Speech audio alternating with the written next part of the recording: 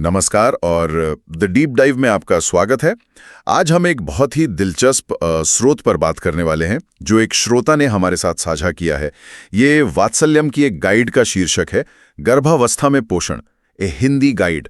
अब पहली नजर में ये बहुत सीधा साधा लगता है ना? हाँ बिल्कुल, लगता तो सीधा है, लेकिन इन कुछ शब्दों में ही एक बहुत बड़ा वादा छिपा हुआ है।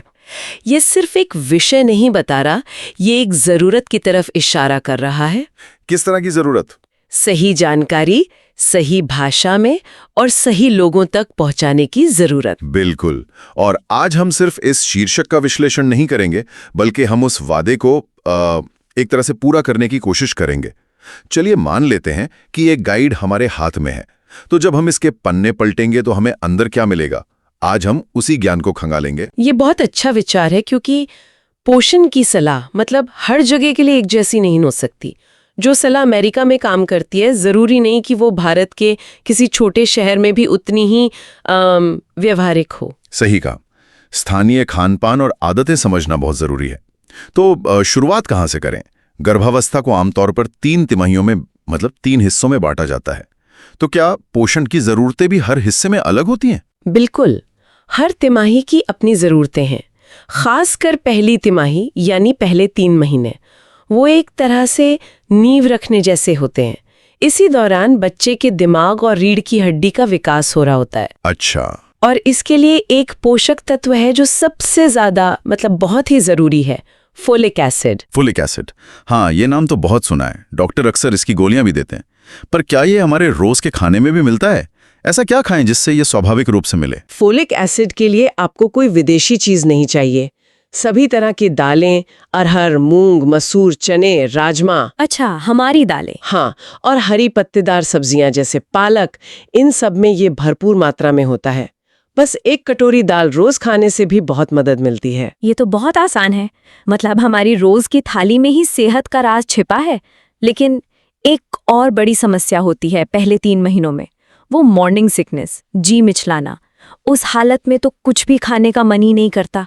तब पोषण कैसे पूरा हो? आपने बिल्कुल सही नब्ज पकड़ी है। ये एक बहुत बड़ी चुनौती है। यहाँ पर कितना खाएं से ज्यादा जरूरी हो जाता है कैसे खाएं। इसका एक सरल उपाय है कि 3 बड़े भोजन करने की बजाय दिन में 5 से 6 बार थोड़ा थोड़ा खाएं। पेट को कभी भी पूरी तरह खाली न छोड़ें। और कुछ घरेलू नुस्खे जो इसमें मदद कर सकते हैं? कुछ दादी नानी वाले नुस्खे? हाँ बिल्कुल, अदरक इसमें बहुत कारगर होता है। थोड़ी सी अदरक वाली चाय या सिर्फ अदरक का एक छोटा टुकड़ा चबाने से भी राहत मिलती है। अच्छा। इसके अलावा नींबू पानी या कोई भी खट्टी चीज जैसे आंवला, ये भी जी मिचलाने को कम कर सकती हैं। और सबसे जरूरी है पानी पीते रहना। शरीर में पानी की कमी न होने दें। ठीक है, तो पहली तिमाही एक तरह से नींव रखने जैसी है। फोलिक एसिड पे ध्यान देना है और मॉर्निंग सिकनेस से निपटने के लिए थोड़ा थोड़ा खाना है। अब दूसरी और तीसरी तिमाही में क्या होता है? तब तो बच्चे का विकास बहुत तेजी से होता है। सही कहा। दूसरी तिमाही से शरीर की जरूरतें बढ़ जाती हैं। अब हमें 3 मुख्य चीजों पर ध्यान देना होता है: आयरन, कैल्शियम और प्रोटीन। अच्छा। ये बच्चे के शरीर, उसकी हड्डियों और खून को बनाने वाले बिल्डिंग ब्लॉक्स हैं एक तरह से। आयरन की बात आती है मुझे तो सबसे पहले पालक याद आता है। सब यही कहते हैं खून की कमी है तो पालक खाओ। क्या ये वाकई इतना असरदार है? पालक आयरन का अच्छा स्रोत तो है, इसमें कोई शक नहीं। लेकिन यहाँ एक दिलचस्प विज्ञान काम करता है। वो क्या?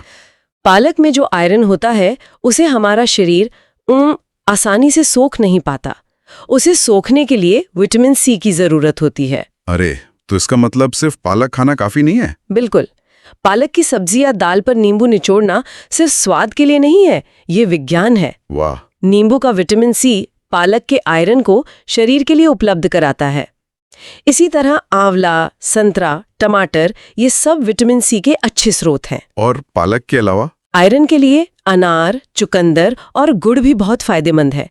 गुड़ और चने की छोटी सी पट्टी एक बेहतरीन स्नैक है। ये तो कमाल की जानकारी है। छोटी छोटी आदतें कितना बड़ा फर्क ला सकती हैं। अब बात करते हैं कैल्शियम की।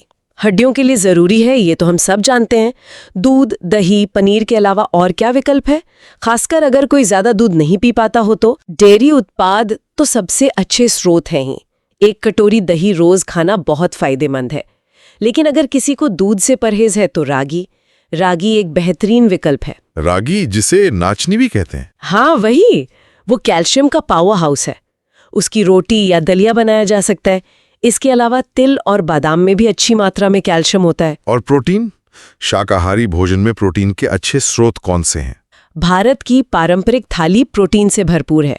हमें बस उस पर ध्यान देने की जरूरत है। दालें, जैसा हमने पहले भी कहा, प्रोटीन का बेहतरीन स्रोत है। दाल चावल? हाँ, दाल चावल का कॉम्बिनेशन अपने आप में एक संपूर्ण प्रोटीन है। इसके अलावा पनीर, टोफू, राजमा छोले और अंकुरित अनाज, स्प्राउट्स का सलाद एक शानदार तरीका है प्रोटीन और विटामिन एक साथ पाने का। ये सुनकर अच्छा लगा कि पौष्टिक भोजन के लिए हमें अपनी रसोई से बाहर देखने की जरूरत ही नहीं है। लेकिन पोषण की बात सिर्फ विज्ञान तक तो सीमित नहीं रहती। हमारे समाज में, मतलब इससे जुड़े कई मान्यताएं और मिथक भी हैं। एक जो सबसे आम है वो है 2 लोगों के लिए खाना। क्या ये सच है? ये सबसे बड़ा मिथक है और इसे तोड़ना बहुत जरूरी है। 2 लोगों के लिए खाना का मतलब 2 गुना खाना नहीं है। तो फिर क्या है? इसका सही मतलब है 2 गुनी पौष्टिकता वाला खाना है। गर्भावस्था में आपको रोजाना सिर्फ 300 से 400 अतिरिक्त कैलोरी की जरूरत होती है। बस इतना ही? हाँ, जो लगभग 1 अतिरिक्त रोटी और 1 कटोरी दाल के बराबर है। ज्यादा खाने से सिर्फ माँ का वजन बेवजह बढ़ता है, जिससे डिलीवरी में दिक्कतें आ सकती हैं। तो क्वालिटी पर ध्यान दें, क्वांटिटी पर नहीं।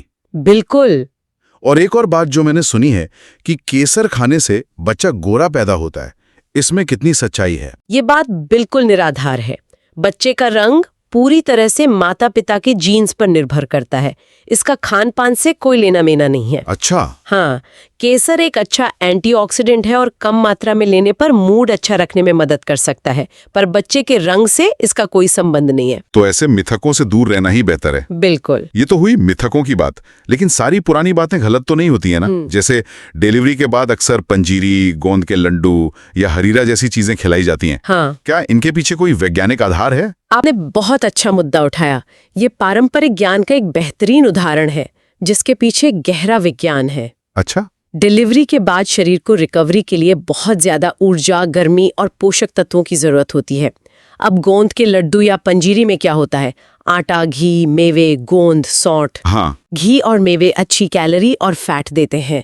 गोंद जोड़ों और कमर को मजबूती देता है और सौंठ और अजवाइन जैसे मसाले पाचन में मदद करते हैं और शरीर को गर्म रखते हैं। तो ये कोई अंधविश्वास नहीं है? नहीं, ये सदियों से चली आ रही एक पौष्टिक थेरेपी है। मतलब हमें विज्ञान और परंपरा के बीच एक संतुलन बनाना होगा। मिथकों को छोड़ना है और जो परंपराएं वैज्ञानिक रूप से भी खरी उतरती हैं, उन्हें अपनाना है। बिल्कुल, यही एक समझदार तरीका है। अपनी दादी नानी की सलाह सुने, लेकिन उसे आज के वैज्ञानिक ज्ञान की कसौटी पर परखे भी।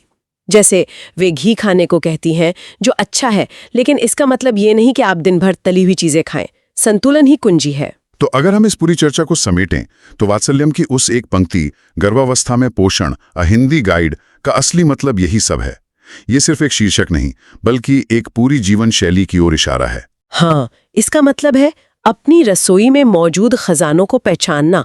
फॉलिक एसिड के लिए दालें, आयरन सोखने के लिए पालक पर नींबू, कैल्शियम के लिए रागी। इसका मतलब है मिथकों से बचना, जैसे दुगना खाना, और पारंपरिक ज्ञान जैसे पंजीरी के पीछे के विज्ञान को समझना। और ये सब जानकारी जब अपनी भाषा में सरल तरीके से मिलती है, तो वो सिर्फ ज्ञान नहीं रहती, वो ताकत बन जाती है। सही कहा है, ये एम्पावरमेंट है। या गर्भवती महिला और उनके परिवार को अपने हाथ में एक तरह का नियंत्रण देता है। उन्हें दूसरों की कई सुनी बातों पर निर्भर रहने की जरूरत नहीं है, बल्कि वे खुद अपनी सेहत के बारे में सही और सूचित निर्णय ले सकते हैं। और शायद यही उस गाइड का असली मकसद होगा, ज्ञान को प्रयोगशाला या किताबों से निकालकर घर की रसोई तक पहुंचाना, ताकि आने वाली पीढ़ी की नींव मजबूत और स्वस्थ हो। तो आज की हमारी चर्चा एक छोटे से स्रोत से शुरू हुई थी, लेकिन हमें पोषण की एक गहरी और व्यवहारिक समझ तक ले गई। हमने देखा कि कैसे सही जानकारी जब सांस्कृतिक रूप से प्रासंगिक और अपनी भाषा में हो, तो वो कितना बड़ा बदलाव ला सकती है। ये सिर्फ क्या खाएं की लिस्ट नहीं है, ये एक स्वस्थ भविष्य की तैयारी है। बिल्कुल। और ये चर्चा एक और जरूरी सवाल पर हमें सोचने के लिए छोड़ जाती है। आज हमने गर्भावस्था के दौरान पोषण की बात की, लेकिन इस सफर की तैयारी यानी गर्भधारण से पहले पोषण की क्या भूमिका है और बच्चे के जन्म के बाद माँ के अपने स्वास्थ्य को फिर से पाने में यानी पोस्टमार्टम रिकवरी में पोषण कितना महत्वपूर्ण है। इन दोनों पहलुओं पर भी हमें उतनी ही सरल, सुलभ और अपनी भाषा में बातचीत करने की जरूरत है। ये एक ऐसा क्षेत्र है जिस पर अभी और ध्यान दिया जाना बाकी है।